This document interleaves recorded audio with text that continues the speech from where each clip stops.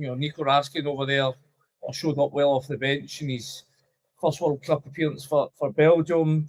Some talk around Cammy Devlin, maybe he become the next Hearts player to make that journey along the M8. I mean, where do you see the areas he's going to want to strengthen? And do you think, in terms of Raskin, is that somebody who you think maybe will go, because he's going to have to look to free up funds? We know that the club's having a share issue to make money available this summer, but to perform the kind of overhaul that he's going to want, is it maybe time for Nico Raskin to move on and Rangers look to raise some money from him? Yeah, I think it is, Andy. We had a wee kind of debate about this on Hotline Live the other night.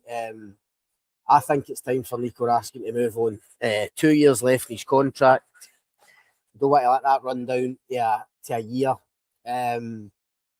He's at a World Cup. I get the impression for Raskin as well that he'd probably be quite keen to move on to another, maybe a better league.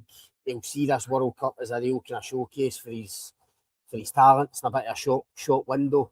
And if Rangers can get a big fee in for him, if he performs really well for Belgium and catches the eye, you'd like to think they would get a big fee. And I think now's the time for Rangers to cash in. Of course, Raskin's a good player. I'm not denying that. Has he done enough in a Rangers shirt? I'm not sure. I mean, he could have been helped, obviously, by a bit more by teammates and managerial decisions, but I still don't think Nico Raskin, for his ability, grabs enough games in Scotland by the scruff of the neck and goes and dominates. So I think if Rangers get a big offer for him, given where he is in terms of his contract, then they'll look to move him on, and that might give Derek McInnes and Rangers some real funds to play with in the transfer market. They obviously need to go and sign a replacement. There's been talk about potentially Lewis Ferguson, and I know that might be a difficult deal to do, but a bit like Derek McInnes coming in as manager, I think trying to get Lewis Ferguson should be an absolute no-brainer for Rangers if it's possible, and he'd be the perfect replacement for Raskin. And I know fans will debate that back and forward, but for me, like McInnes, Ferguson, total understanding of the Scottish game, total understanding of Rangers as a club. He's been captain of Bologna now for the last couple of years. 2 years ago, best midfielder in Italy. But I think those leadership qualities and that character, you even see his performance over here the other night against Haiti. I thought he was probably Scotland's best player or one of their best players in the victory. So I think he'd be a brilliant sign if Rangers could get him. It might take a lot of money, but if you could get him in for Raskin, I think it'd be a great move.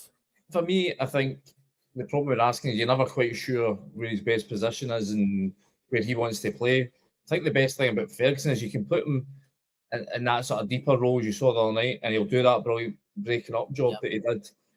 Then you saw when he was at Bologna, especially his early spell there before the injury, and you need to see if that's still a factor in it. But he was in that more advanced role off the front, scored a bundle of goals. So it shows that he can play in a number of different ways. But just before also Andy, who's been the biggest influence, or one of the biggest influences on Lewis Ferguson's career?